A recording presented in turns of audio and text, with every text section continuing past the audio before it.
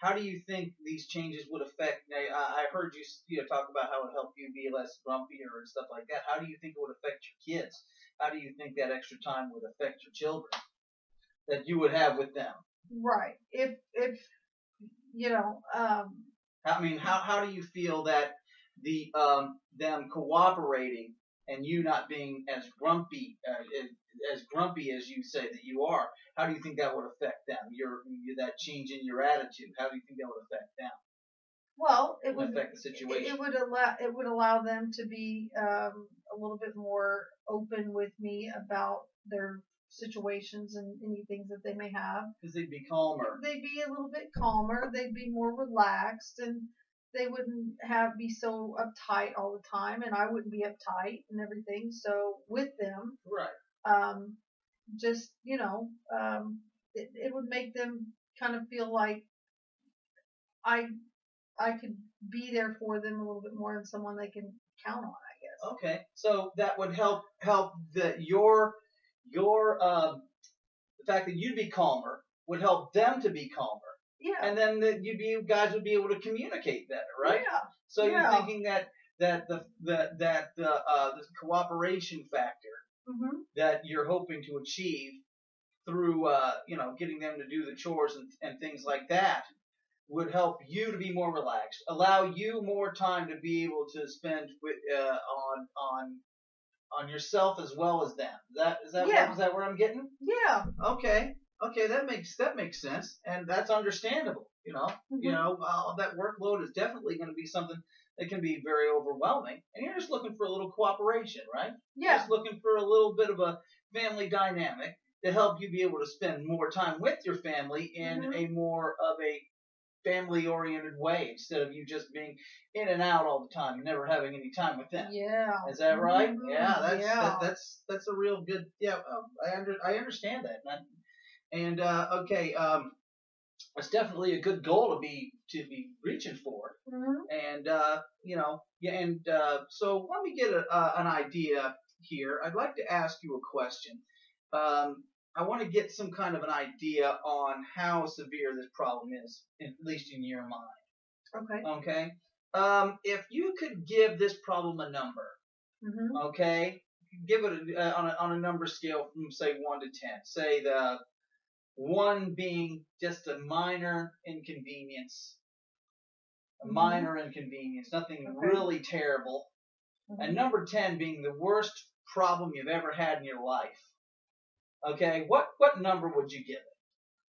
Well, I'd probably give it, I would say between a 4 and a 5, maybe. Between a 4 and a 5. So that's kind of a medium number, right? Yeah.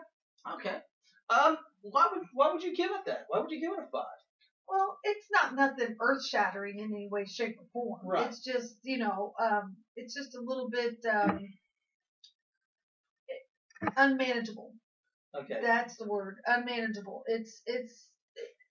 There are things out there that I can be doing. I am just so tired that I obviously cannot think of them. Right. And that would be the reason why I'm here. As far as the finding out, trying to make the situation manage better with your kids better. Yeah. Right. Yeah. So you just needed a fresh set of ears. Yeah. Right? You needed a different perspective. You needed somebody to come in and just be able to look at the situation from a fresh set of eyes. Right. Somebody who's not really involved in the situation. They decided to come get some help and go, hey, try to get somebody. Hey, can you help me here? You give me some advice. Give me something I'm not seeing. Right. That sort of thing. Correct. Okay. Yeah. I need to ask you something here real quick. You said that you were a head chef at a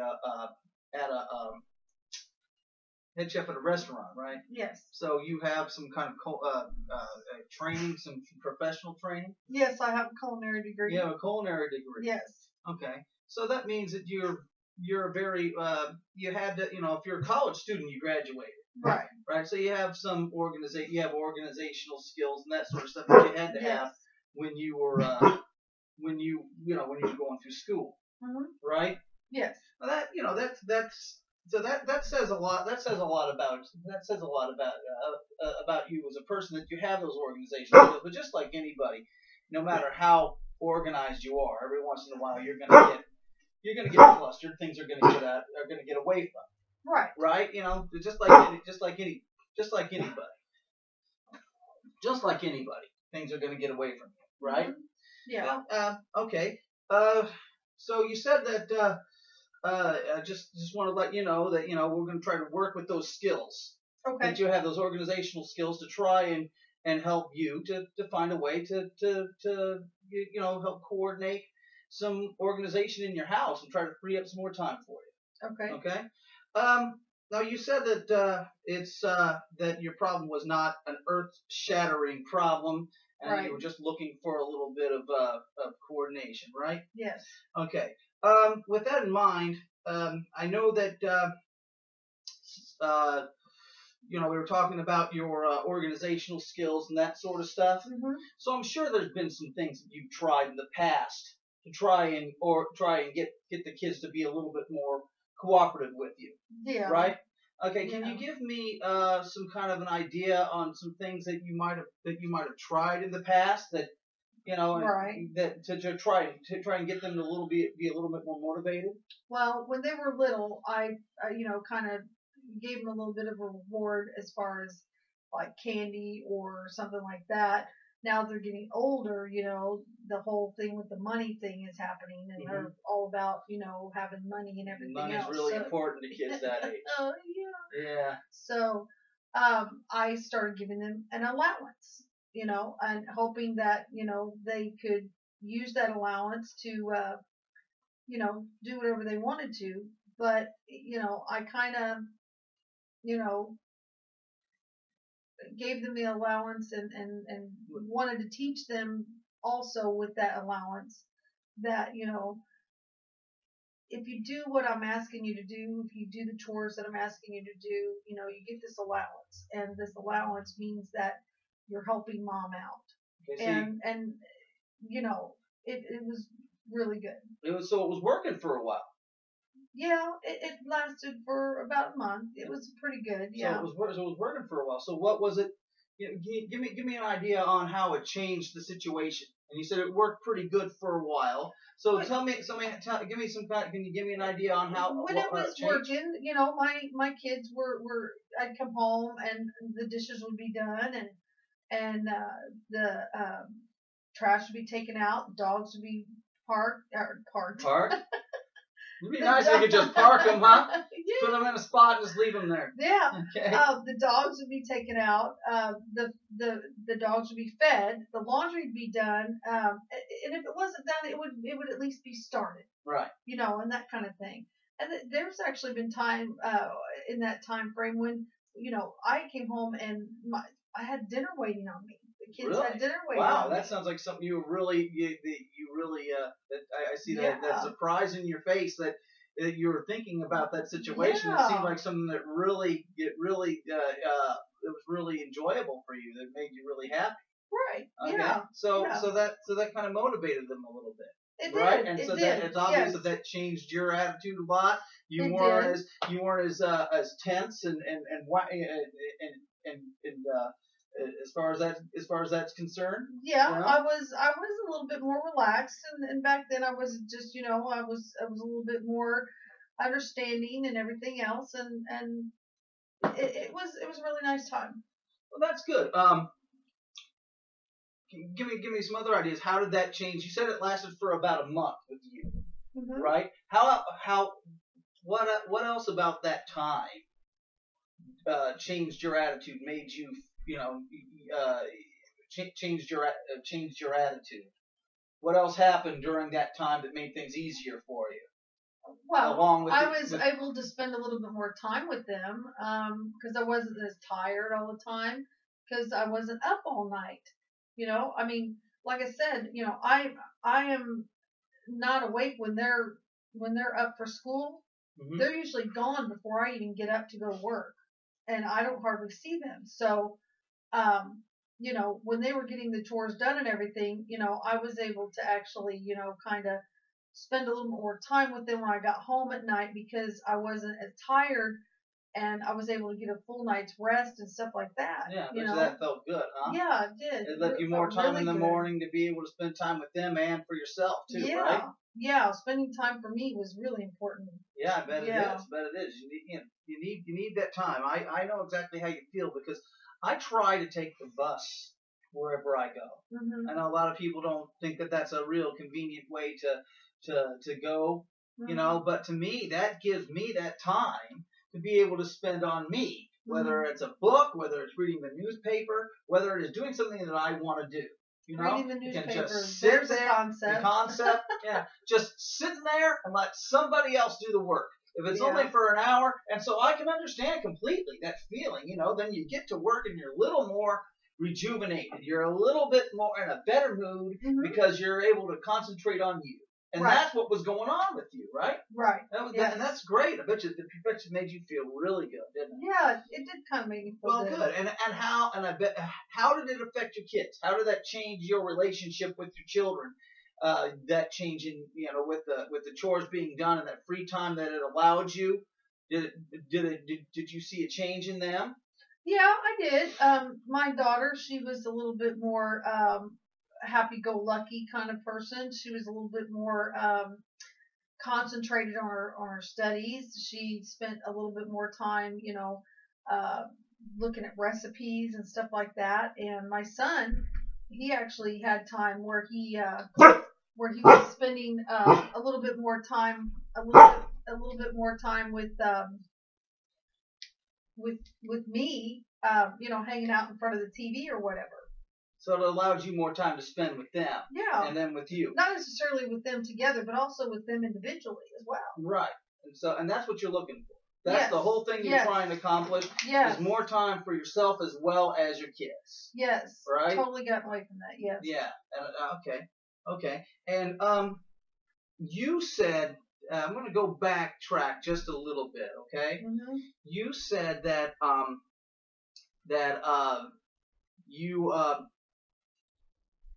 that it worked for a while, for about a month, and so then things kind of took a turn, and things ended up going back to where they were. Yeah. Yeah. Can you give me an idea on why that happened or what happened there? I kind of blame myself in a way just because of the fact that, there for a while it was really good and everything, and I'd come home, I'd see maybe one or two things that weren't getting done, and I would go ahead and just, okay, well, just gave in kind of thing and did it myself and just kind of dismissed it and that kind of thing. And then it kind of snowballed, and they would come and ask me. They'd still come and ask me for their allowance. But when I tried to tell them no, it wasn't done, then they'd come back at me and say, "Well, you already did it. Never gave me the time to actually do it myself."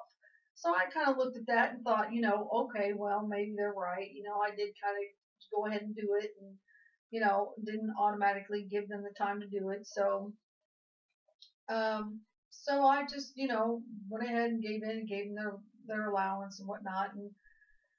And then after a while, they just started, getting to the point where they were slacking off, a little bit more and a little bit more and a little bit more, and it snowballed and it kind of got out of hand. So now I'm at the point where it's like, I'm pretty much doing it all again. And it's starting to get back to the way it was. I'm getting this snappy and we're getting a little, impatient with each other and getting a little lashing out towards them from me. And, they're just, it just got out of hand. Just got out of hand. Okay.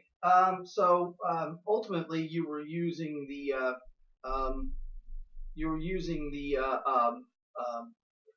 allowance to not to kind of motivate them to do the thing. And but also, like I said, I kind of blame myself in some ways and kind of felt like I was sending the wrong message. You thought you were sending the wrong message. What do you mean? What do you mean you felt like? But so when things started going awry and you started doing those chores, they started taking. You feel that they started kind of just expecting the allowance, Yeah. and you said that you felt you were sending the wrong message. Okay. Okay, what was the message that you felt you were sending? The wrong message you felt you were sending? Well, I originally wanted to also do the allowance to help teach them, kind of the whole thing with, what it's like to actually work in the world. Right. You have to do something in order to get the paycheck. Uh-huh. And I was trying to teach them, that kind of a concept with it. And now I feel like I'm sending the wrong message because I'm letting them, take the money and not do the actual work. And I'm pretty much telling them, giving them the message that it's okay not to have to work and you can still get paid, kind of thing. And I just kind of feel like that's sending the wrong message, and I really don't want to send that message, but I'm just so tired. And yeah. Right. So you were using the allowance not only to try and motivate your children to help you around the house, but also to try and use it as a way to help inspire in them a good work ethic, a healthy work ethic, right? Yeah. Is that what you're saying? Yeah. Okay, and that's a good way to put it. Okay, that's very admirable of you, and that says that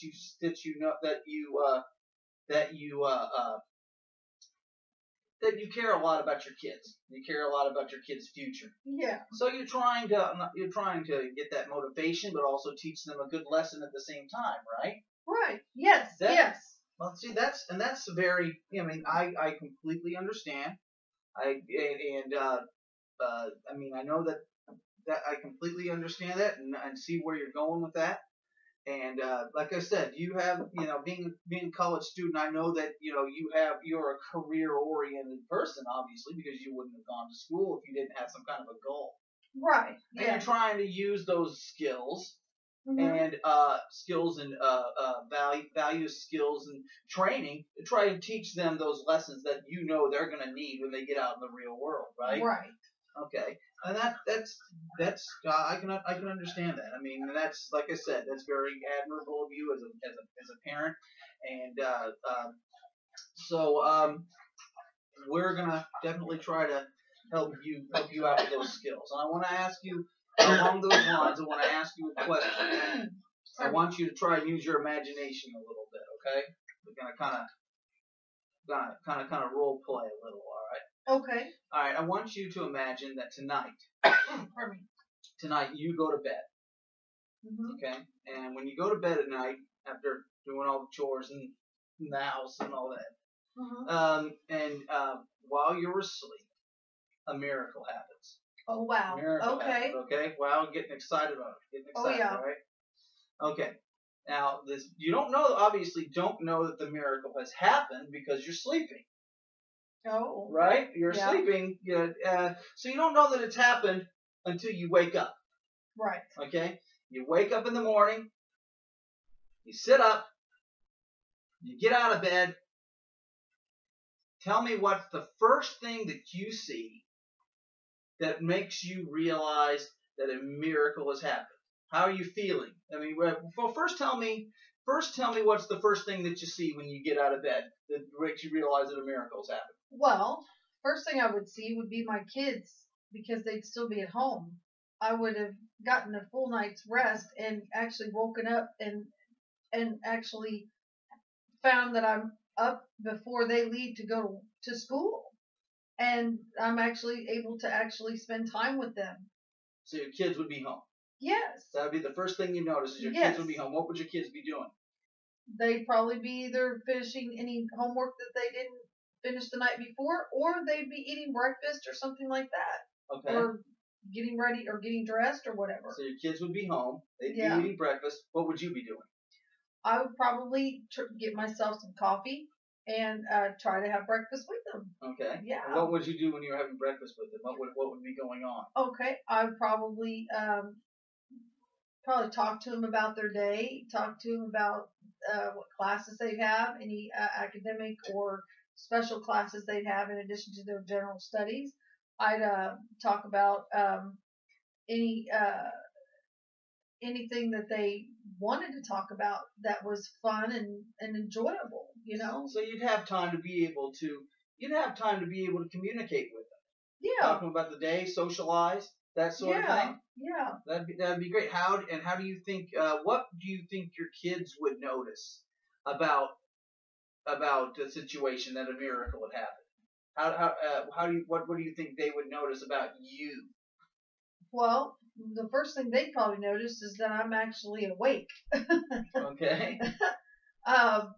They notice that I'm a little bit more in a better mood, a little Okay. bit more in a happier mood because I actually got some good night's rest and I got some sleep and I'm actually awake and wanting to spend time with them and wanting to actually, know about their day and things like that.